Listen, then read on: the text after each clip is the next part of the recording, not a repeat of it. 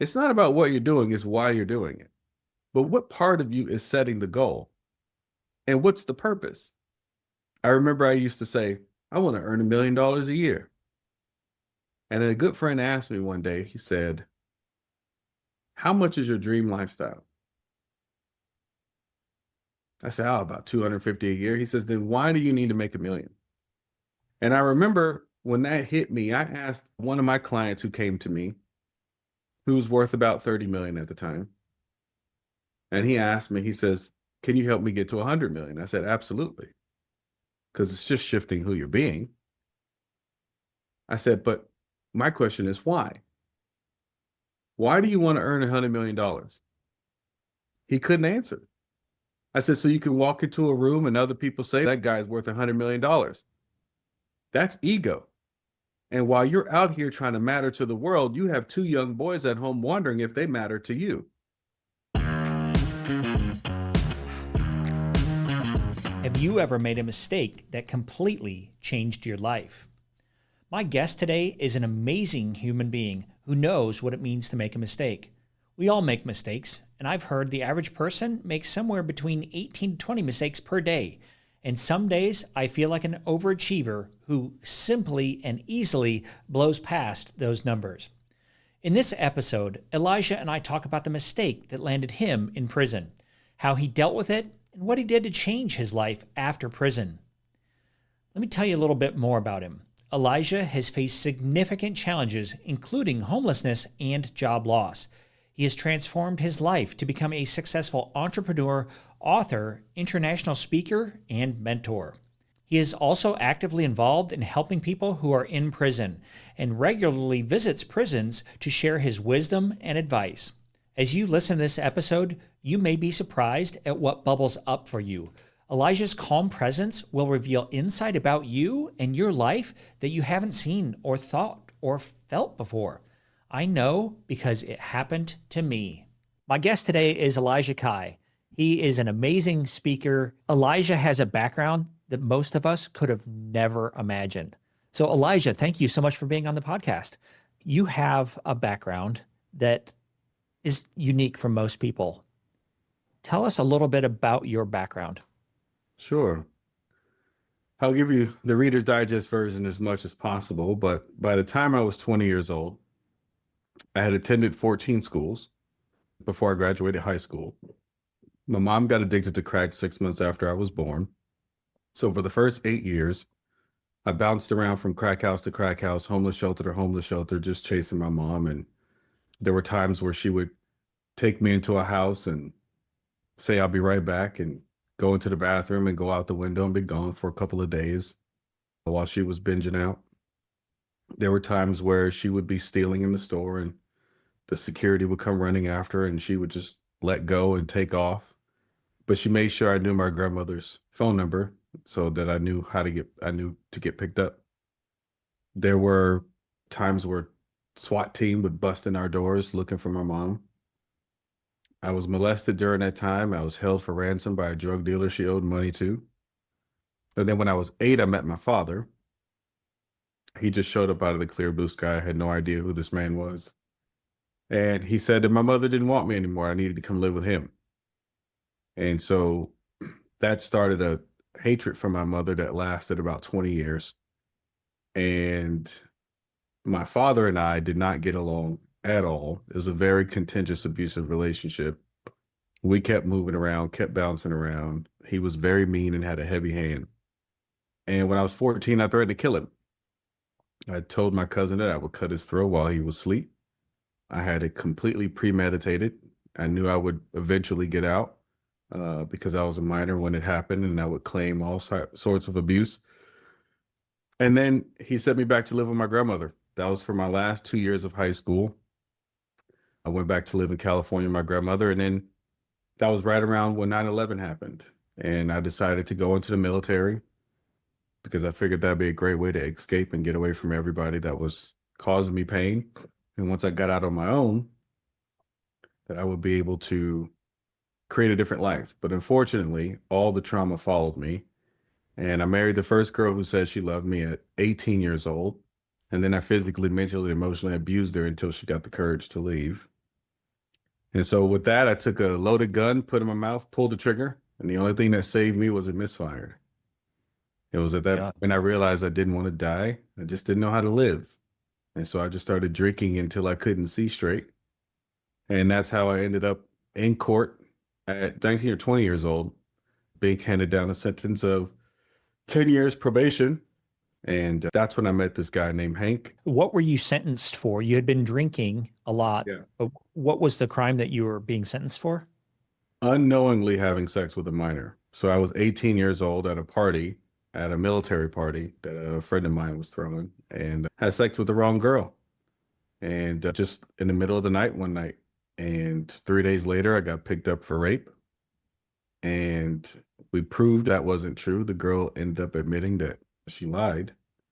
But then the state didn't want to drop it because, I'm just going to be honest, I was in the Commonwealth of Virginia and I was black and she was white. Mm, And so my wow. lawyer at the time was a former district attorney for that county. And he negotiated for it to get what's called a withhold finding, meaning if I didn't get in any trouble after that for 5 years, then it would be expunged from my record because I had 32 character witnesses, including undercover operations for the base, different ranking individuals coming to testify on my behalf. And it was just a whole shit show. But the judge threw out the deal and decided to sentence me instead. So you got 15 years for having sex with somebody that you didn't know was a minor. And I got 5 years in prison, suspended on 10 years of good behavior. So I ended up going to probation. But yes, it was because I unknowingly had sex with a minor, which is in the state of Virginia is a felony. My So, lawyer said that if we took it to trial, there's a possibility we could win, but considering I was black in a white Republican controlled environment in the South, the likelihood that I would get a fair trial would be. So the military actually told me to take the deal. wow. So when you were in the military, were you drinking? Oh, yeah. All the trauma followed me from when I was younger. And once I got a hold of alcohol, then that was it. I So would drink. basically to try and suppress the memories and the past and the pain. Absolutely. Wow. What branch were you in? Air Force. Air Force. What did you do for the Air Force? 2W1X1, what is it called? Load toad. What does that mean? We loaded bombs on jets. Okay. Yeah. Guys in the Navy, they probably wear the purple shirts Yeah, on they an call it aircraft. AO in the Navy. Yeah. All right. So what happened? You get done with the sentencing thing, and this is the thing that changed your life. Yeah. So as I'm walking out the courtroom, there's this guy named Hank. I had no idea who this man was. He just was there and he blocks my path on the way out the courtroom. And he was a big black guy. And he says, "Young man, you don't know me, but we have a mutual friend," which was my first sergeant at the time. And he says, "Let me give you a ride home." So he gives me a ride home back to base because this all happened outside of base. And on the way home, he says something to the likes of, "I know the way you think your life is about to go." See, I went to the military to get away from that kind of life because I grew up around people in and out of prison, drug addicts, everything else. But I couldn't escape my programming. Now I know in hindsight that all of that stuff was still in me. And he said, if you're just willing to change what you believe about yourself and how you see yourself, everything will change. Now, I had no idea what he meant. I'm like 20, barely turning 20. I just got my entire life changed. And by the way, I was in line to be a cop at the time. Really? My dream was to become a cop and then an FBI agent. That's amazing. I always wanted to be a cop, a firefighter, or a paramedic. And I have a Yeah. bachelor's degree in law enforcement. I've been a firefighter, but my biggest thing was a paramedic That was my dream at the time. So that dream had just got shattered. because you got a felony. Yeah. And so I had no idea what he meant. And like I said, my whole life just got shattered. I contemplated committing suicide again. He said that he would show me a different way. And for the next year and a half, he stuffed personal development down my throat.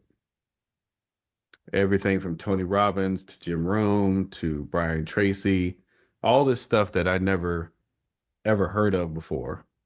We were told as kids that all that stuff was for weirdos and white people. So there was nothing wrong with us. So he stuffs personal development down my throat for about a good year and a half. And that just started a obsession with the inner work, getting to know myself, because he took me to these conferences and there was these people telling these rags to riches stories. And by the way, I have to allude to this. I had the greatest probation officer ever. That probation officer felt my entire case was full of shit. And so he decided to not put any restrictions on me.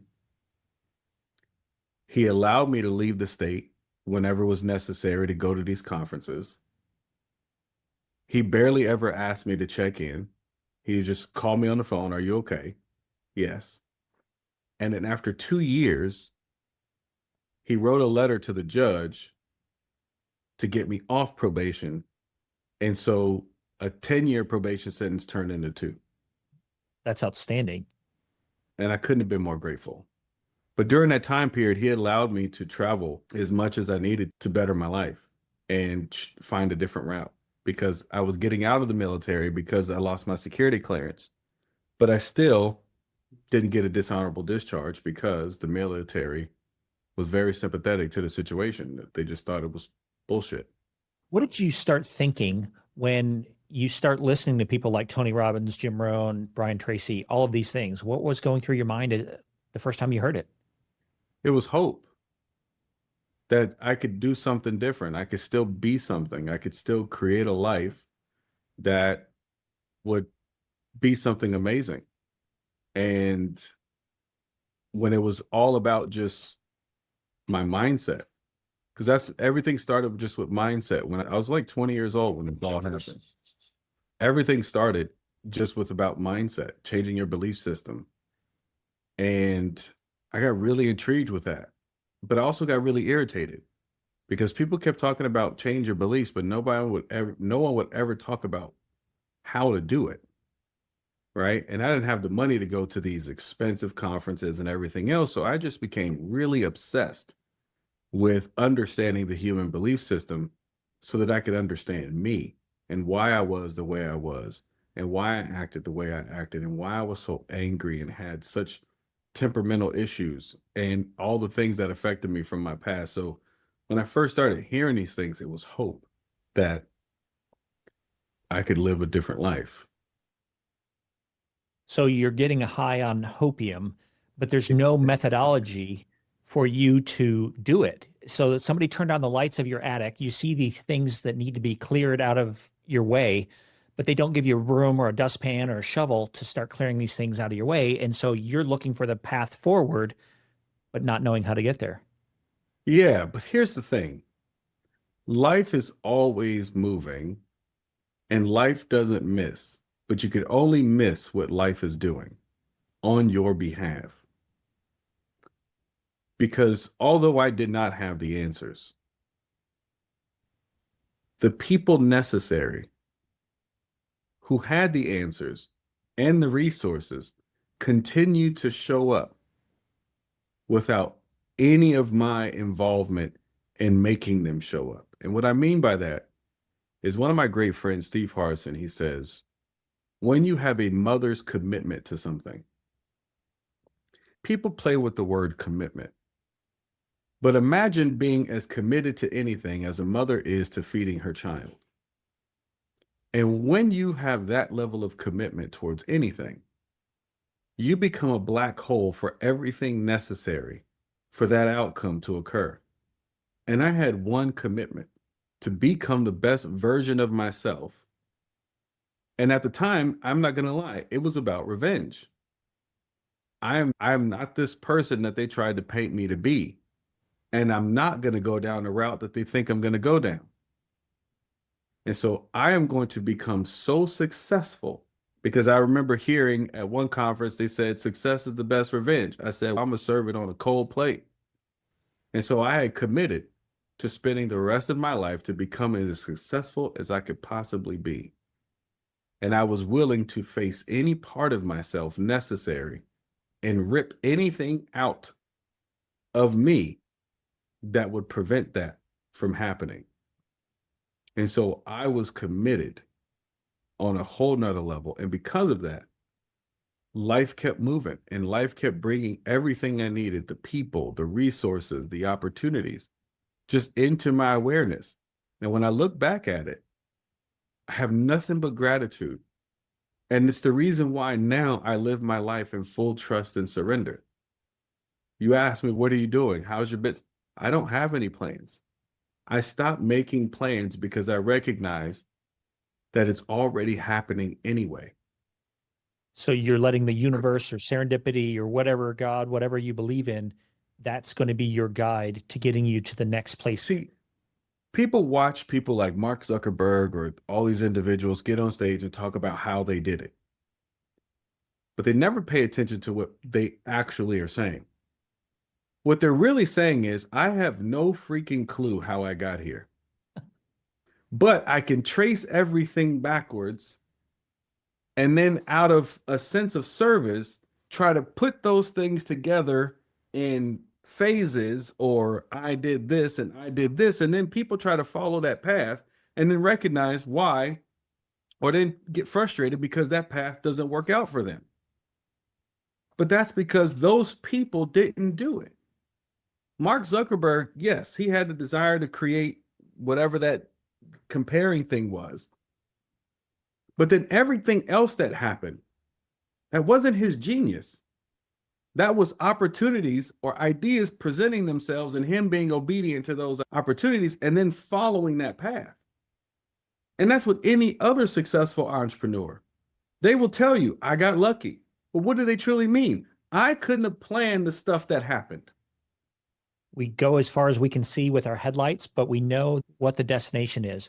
So an example is if I'm going from Austin to Chicago and I'm going to drive, I can only see 100 feet, 200 feet in front of me in the car.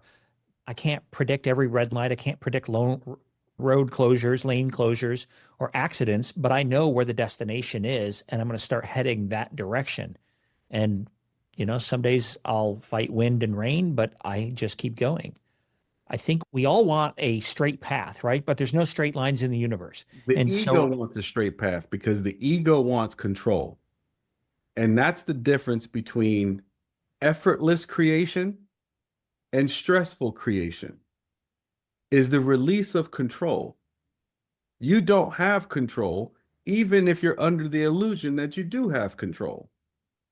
This is why people say terms like man has plans and God laughs at those plans. They laugh at those, but they have no idea how true what they're saying is. But they have no idea that they're just saying, something, they're repeating something. But you don't have control. And the ego hates the idea of not having control. yeah, absolutely. We want to have some semblance of control. During all of this, did you learn goal setting? I did learn goal setting. I learned all that stuff, goal setting and manifesting and everything else. And then wonder why it was such a struggle. Because, for instance, first of all, who's setting the goal? It's not about what you're doing, it's why you're doing it. But what part of you is setting the goal? And what's the purpose? I remember I used to say, I want to earn $1 million a year. And a good friend asked me one day, he said, how much is your dream lifestyle? I said, oh, about 250 a year. He says, then why do you need to make $1 million? And I remember when that hit me, I asked one of my clients who came to me, who was worth about 30 million at the time. And he asked me, he says, can you help me get to 100 million? I said, absolutely. Because it's just shifting who you're being. I said, but my question is why? Why do you want to earn $100 million? He couldn't answer. I said, so you can walk into a room and other people say that guy's worth $100 million. That's ego. And while you're out here trying to matter to the world, you have two young boys at home wondering if they matter to you. Wow.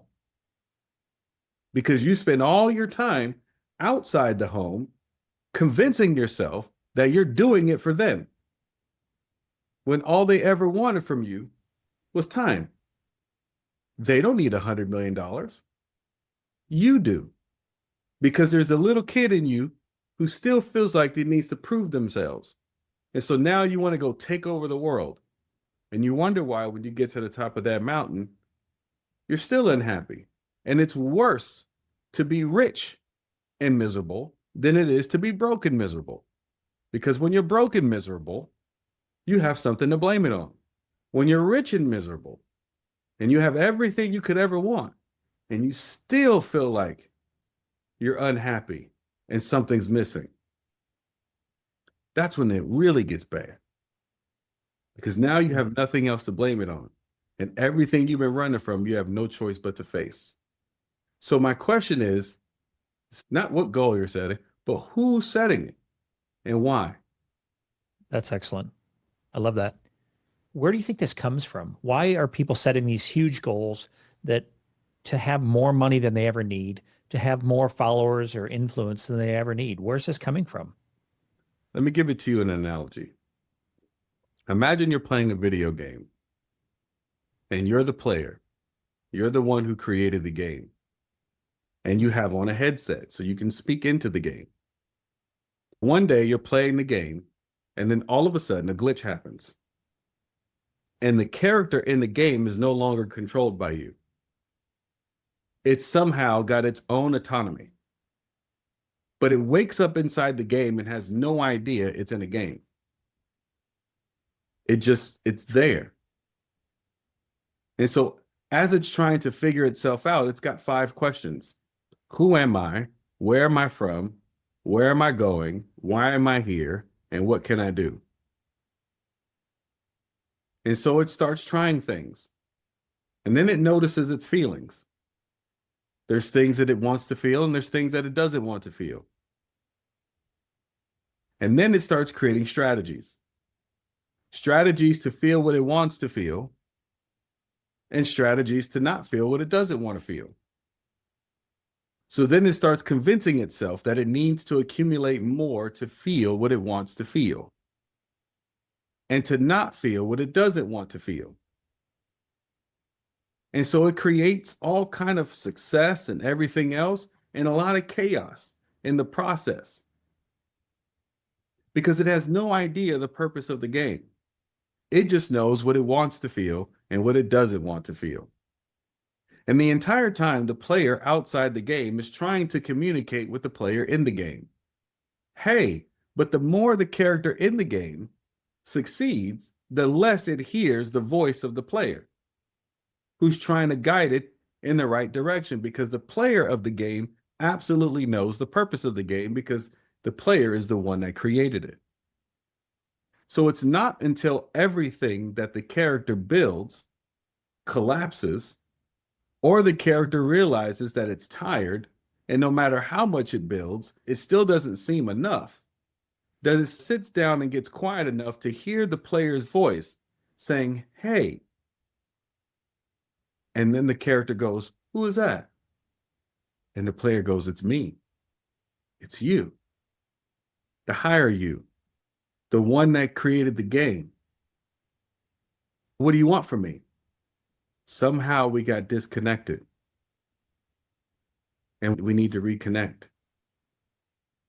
It is because we're disconnected, you're chasing things that doesn't seem to fill the hole that you feel within. And you can never get enough of what you didn't need in the first place. So let's reconnect. Does this mean that I won't survive?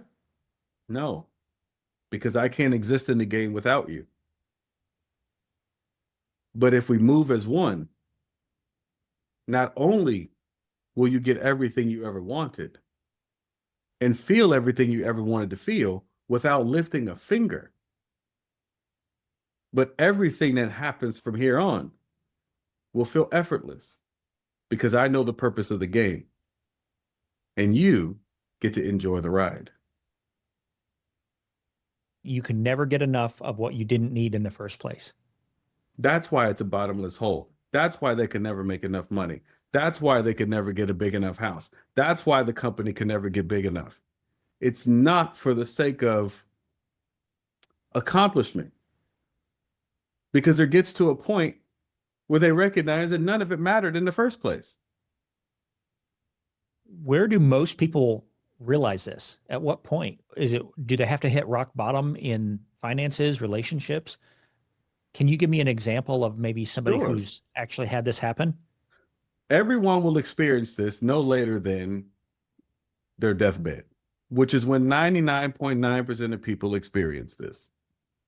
This idea of, wait, I've been chasing the wrong thing, or a massive sense of loss. And that's the purpose of suffering. Physical pain, there's a documentary called Awakening Mind. And there's a gentleman on there where he said something so profound. He said, physical pain is to let you know when your body is no longer in homeostasis, right? If Yep. you step on a nail and it's rusty and you didn't feel it, eventually you may die from an infection because you never knew that there was a nail in your foot. And if you didn't feel pain, then you can just swallow battery acid and kill yourself. But psychological suffering is to let you know when you are no longer connected, when your ego is running the show. It's to let you know the suffering is to point you back to yourself. It's to let you know you're out of alignment. So the It's that purpose of people experiencing, or they get to the point of terminal illness, all of a sudden, the illusion collapses. Everything that mattered doesn't matter anymore because they recognize it for what it was. A wife loses a husband to death, or maybe infidelity, whatever it is, they go bankrupt. A partner betrays them. Something that they thought they controlled gets taken away from them. And then that spiral downward is the beginning of their awakening. Have you met people who have found this out before something catastrophic happened, before their deathbed, before the bankruptcy, before their wife or husband left them? No. It's almost like they need that wake up call. The character in the game must fail in order to listen. The character in the game must fail in order to listen. Must fail. So let's say that there's somebody out there who is going through this right now. Their spouse just left them. They just went bankrupt. Or maybe they're even sitting there. Maybe they have the gun near them. They're ready to pull the trigger and hopefully they don't have a misfire. Where do they go? How do they help themselves to recover from this illusion that having money would solve this, or whatever they were chasing, that this empty void that needs to be filled? This is where they get to get quiet so they can hear that voice. Every single person has that voice inside of them, yelling and screaming. We all hear it. You hear it all the time. It's not the voice of thought or reason. It's that command. See, think about it, Matt. There's the voice that you hear in your head that questions everything. What if this? What if that? What if this? How about this? And the one that narrates, oh, look at that car. That's one voice. But then there's the other voice. This one doesn't come with a question mark on the end. This voice comes with a period. And it's usually in short sentences. And it sounds like a command. Don't do that. Let it go. She's not the one. We all hear that voice, but we ignore it because it's faint and it's subtle, but it's constant. And we ignore it because the ego resists that voice, because that voice is the voice of surrender. But the ego needs control. I got it. I'll figure it out. I'll do it. That's why one of my favorite passages in scripture, and I'm not religious, but one of my favorite passages is the story of Job. And at the very end, when Job is having a conversation with God, God doesn't answer Job's question because Job wants an explanation. And God just says, did you put the belt on Orion? Did you fill the seas? Did you build the galaxies? Then don't question. The ego hates that because it needs control. This is also why Jesus said, he does not accept this child, doesn't accept me. And until you become like this little child again, you will never enter the kingdom of heaven. Meaning, translation, until you go back to full trust and surrender, until you give up control, not to a higher entity, to the real you, you'll never find that peace that you're looking for. Never. All the things that you're building, all the money, all the accolades, all of it will last for 5 minutes. Because it's not until all those things get torn away. This is why the parable of the rich ruler who came to Jesus and said, how do I enter the kingdom? Jesus said, sell everything you have. And poverty pimping pastors have taken that message and made people feel like it's holy to be poor. But that wasn't about money. He needed that man to recognize he was everything with nothing because his entire self-image and all of his worth was wrapped up in everything he had. And Jesus wanted him to realize he was more than he could possibly imagine with nothing in his hand. So it's not the money, it's not the big house, it's not the flashy cars, it's not the followers. Those things are all vapor, right? They're all just mist. So we are more than inside us than we could ever realize. And most people take their locus of control and put it outside them when it needs to be inside them. Is that correct? It's already inside them. It's already. But I think some people take it outside of them and give it to other people. Am I man enough? Am I pretty enough? Am I rich enough? Am I don't know, valuable enough? Yeah, there's a parable I wrote the other day and I posted on social media about the parable of the bodyguard. And imagine a woman, she hires a bodyguard, not because she's rich, not because she's famous, but because life came at her in a way that she felt like she couldn't handle. So she hires a bodyguard to protect her. And so the bodyguard starts speaking up for her. The bodyguard starts protecting her. The bodyguard starts blocking her from shots. The bodyguard, when it sees that she's down, lifts her head up and says, be a queen. But after a while, the woman forgets that she's not the bodyguard because the bodyguard is completely taken over. She's no longer advocating for herself. The bodyguard is doing everything. And she realized she's no longer living, but she's in a prison because the bodyguard is restricting everything she does to protect her from not getting hurt. When you are a child, you hired a bodyguard called the ego. See, look at the children, toddlers, before 4 years old. They're just pure being.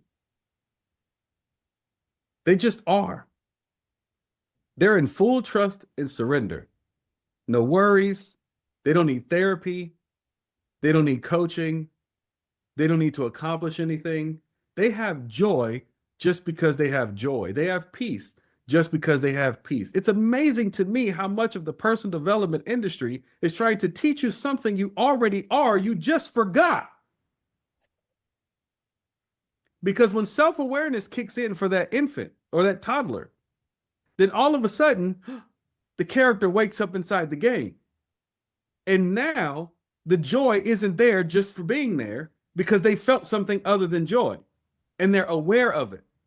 And so now it becomes, how do I not feel this anymore? And the ego steps in and goes, hey, I know how to not feel this no more. And the scared child goes, okay, help me. And then that's when that little voice starts. And all of a sudden, life becomes transactional. How to get what I want and how to avoid what I don't want. The only challenge is that begins what Wayne Dyer calls edging God out, the ego, because the more that little voice starts to talk and you believe that little voice, the further and further away you get from trust and surrender, until the point where, yeah, you're 40, 50 years old, rich, sitting inside of a mansion that you wish you could just give up, but you can't. And you don't know why. But that's because that little voice has made it damn near impossible to feel what you want to feel and very easy to feel what you don't want to feel. Case in point, I had a client. He came to me and he said, how do I find happiness? I said, you are happiness. And I said, you just have a bunch of definitions that don't matter. He says, what do you mean? I says, tell me what your definition of accomplishment is.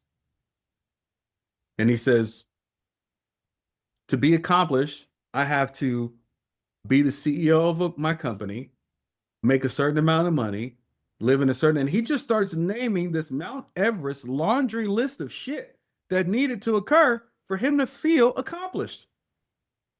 And I said, what is the number one emotion you don't want to feel? What's the one you run from? Wow. And he says, feeling insignificant. And I said, what has to occur in order for you to feel insignificant? And he says, to be wrong. You've made it damn near impossible to feel what you want to feel, but all you have to do is be wrong about something to feel insignificant. And you wonder why you keep building, trying to outrun this feeling of being significant. And every time you hit a new goal, you move the goalpost because that feeling of insignificance is still there and you don't know why. That's so insightful. I love that question of what needs to happen for you to feel this way or that way. It's like the rules that we have for our lives, right? And some of those are really dangerous. The average person is wrong about 18 to 20 times a day. And some days I feel like an overachiever. If I were that guy and I felt like I had to be right all the time, that's a terrible way to live. And to me, that's a recipe for misery. Yeah. Absolutely. Which is why I asked a friend of mine, I said, hey, I wrote this new book for the rich and miserable. If you know any, let me know. And this guy manages a lot of money. He says, I could find a shorter list of rich and happy. Wow. Because it's not what they did, it's why they did it. It's totally okay to be a billionaire. Be a billionaire. Why not? But what you have to question is the motive, not the goal. So let's talk about your book that just came out. Already Whole, Unlock the 8 Keys to Emotional Freedom and Inner Peace. So does this book unpack everything that you're talking here and provide a recipe for somebody who may be chasing the wrong thing? Oh, absolutely. But this Can book you give me a warning? Okay. Because this is not a book you read.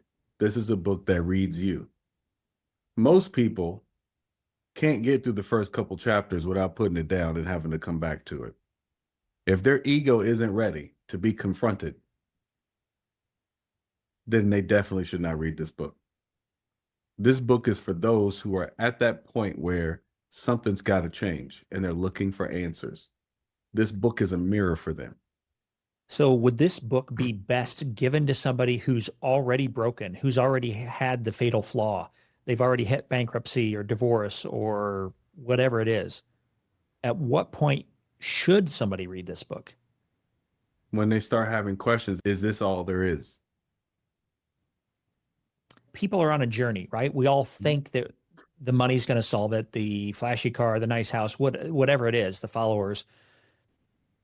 Can you give me an example of somebody who was chasing that, read your book, or followed your advice, and now they're living in a different way and they are much happier? Oh, yeah. That $100 million guy that I was talking about earlier in the show. Okay. When I asked him that question, it shut him down because he couldn't answer it. And then he came and spent 3 days with me. And this book is really about what happens when you come spend 3 days with me. Because everything that's in this book happens in those 3 days. And when we finished that 3 days, he went back home. And people think that now he's going to expand to the $100 million guy. Actually, everything began to collapse. In a good way, though, because I'm guessing you're using the word collapse, and we think of that as a building collapse or something catastrophic. But I'm guessing that this is a different story. Everything that his ego built, once he decided he no longer wanted to be that, started to collapse all on its own. Opportunities started drying up. Clients started leaving his company. And I've watched him freak out for a little while. And I said, this is great. See, it goes back to what Jesus said, that the temple must fall. It's not about an outside temple. It's everything that the ego built. Not one brick will remain. See, this is why he called it the narrow path. The peace is the narrow path, because you have to be willing to give up everything. The temple must fall. Not one stone will remain, meaning everything the ego built will burn away. And this is why most people will never, ever reach that level of peace. Because the ego is crafty and it negotiates. It says, what about this one? What about that one? Anything it can do to remain in control. But everything started falling away. And I tell my clients all the time, the moment you decide that you want to let go of this illusion, leave the matrix, the moment you decide to take the red pill to see what's actually there, all hell's going to break loose. And as you watch things fall away, let it. And the panic you feel inside, that's the ego freaking out. Let it. Because when it burns all the way down, you're going to find a level of peace you never knew existed. And you didn't have to move off your couch to get it. And so that guy, and I said, everything's going to work out. Well, that guy ended up selling part of his company and made $1 million off of it. Enough money to pay off his house and everything else, all his other debt. And then him and his wife realized that they weren't a good match and that their egos were keeping them together. And so they split it. Not in a messy way, but this entire relationship was built superficial. And then he moved into his own apartment, bought himself a camper, and now is the happiest he's ever been, needing nothing, fully present for his boys. And so some entrepreneurs may hear that, be like, you destroyed that guy's life. There's a reason why Jesus said, he who loses their life will find it. Mm-hmm. But the ego does not like that sentence. Nope. This is incredible. I think most of our listeners are on this path to more. Dopamine is the molecule of more, and our ego wants more. And so what you're saying is that might not be the path that we should be taking. So this is going to be eye-opening for a lot of our listeners. Elijah, is there anything, as we get ready to wrap up, is there anything that I haven't asked you that I should have? You asked me everything you were supposed to ask me. But I do want to say to the viewer, if you're pissed off right now, don't blame Matt. That's me. Listen, if you're resisting everything that you just heard, perfect. if you're not resisting everything you just heard. Perfect. There was no right way or wrong way to listen to this podcast. So if you listen to this episode all the way through, this is what you were supposed to hear. And for those that cut it off, they only heard what they were supposed to hear for where they are right now. And that's completely okay. Well, that's well said. I heard something yesterday, and it was this idea that sometimes we get what we need to hear, not what we want to hear. And I think if somebody's listened this far and they came here expecting one thing, but they got this thing, but it was what they needed to hear, then they're in the exact right place. And so once again, we have helped somebody else with our gifts and our time and our treasure and our talent. What an amazing journey. I'm grateful to be here and just be the vessel. So, how do you prevent this kind of push pull that we want something to happen or we think something's going to happen, but how do we just sit back and relax and not do anything? That's where the work is. The detachment from everything. It's releasing all the attachments to why you need things to happen. Again, it's the motive. It's why do you need it to happen? I need to build a podcast with 1 million followers. Why? If you didn't build a podcast with 1 million followers, would you still do it? No. Then why do you need it to happen? It's the attachment to it that you're after. So the podcast or the 1 million followers, that's just a means to an end. What's the end that you're after that you don't think you already have? I'll feel successful. What if you didn't need to build a podcast to feel successful? What if you could just feel successful because you woke up with a smile on your face? What if you could feel successful because you gave your daughter attention today? What is your definition of success? Or better question, whose definition of success are you after? See, in American culture, and I love Joe Polish for pointing this out, Edward Bernays built the world that we have today. He built the American culture we have today. The whole purpose of marketing, and if you want to know what I'm talking about, it's a very dry documentary, but it's called Century of the Self. It's on YouTube, and it was done by BBC. It's extremely dry, but extremely insightful as to why our consumerist culture is what it is. But let's really talk about what marketing is. To convince you that what you already have is not enough, so I can sell you something else. Wow. So true. So true. Oh, you got running shoes? Not as good as these. Those shoes you have? Trash. These shoes, much better. You should buy these. This software that you're using for your company, I've got some that's faster, better, easier. You don't have to work as hard. Maybe it does. I'm not saying marketing is evil, not at all. But let's be clear. The goal is to create thirst where there wasn't thirst. A woman is fine with her body until she sees a magazine that says this is what beauty is. Then the ego goes, I want that. Back to the question that's rattling around in my brain.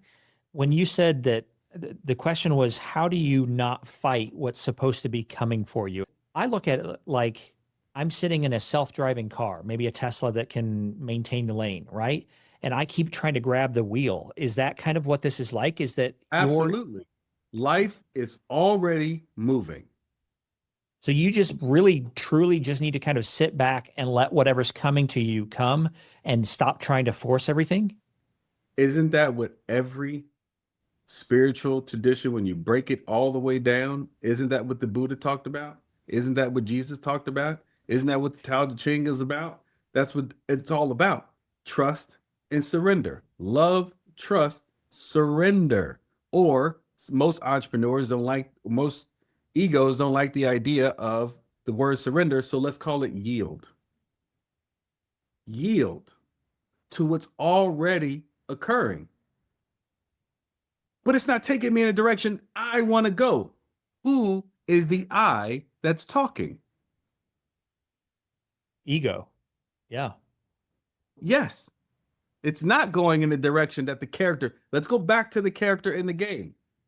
When the big I, the infinite, takes over the game again, the character is now yielding to the player. That doesn't mean that the character doesn't have commentary. It's another way to look at this is the marionette. If you're the puppet, we've cut the strings, and then Pinocchio, if we cut the strings, the guy, the controller can't control him. And so he thinks that he needs to come alive and do his own thing. And so that's a very different analogy, but No, let's play with it. Because people say, are you saying I'm a puppet for the universe? True answer, yes. Yes. You are the vessel. You are the universe in human form, which is why you are fully human and fully divine. You are the universe. Yeah. You are not a drop of the ocean. You are the entire ocean in a drop. The wave is still part of the ocean. People say God is omnipresent, but then they stop it right here. So omnipresent, but you? God is everything but you? How does that make sense to you? And I tell people, describe your body to me. Describe. And then they want to describe just this physical form. I said, okay. If trees did not exist, could you exist? Could this physical form exist without trees? Could this physical form exist without bees that then pollinate? Trees that produce oxygen? No? If the sun was any closer, would this human form exist? If it was No. any further away, would this human form exist? Nope. If the ocean wasn't where it is, could this human form? No. So try to explain to me who you are without explaining the entire universe. You can't. It's all interrelated. That's oneness. That's the essence of who you are. Elijah, if somebody wants to get a hold of you or connect with you or hire you or reach out to you, what's the best way to find you? Elijah@belieftheory.com. Just email me. Elijah@belieftheory.com.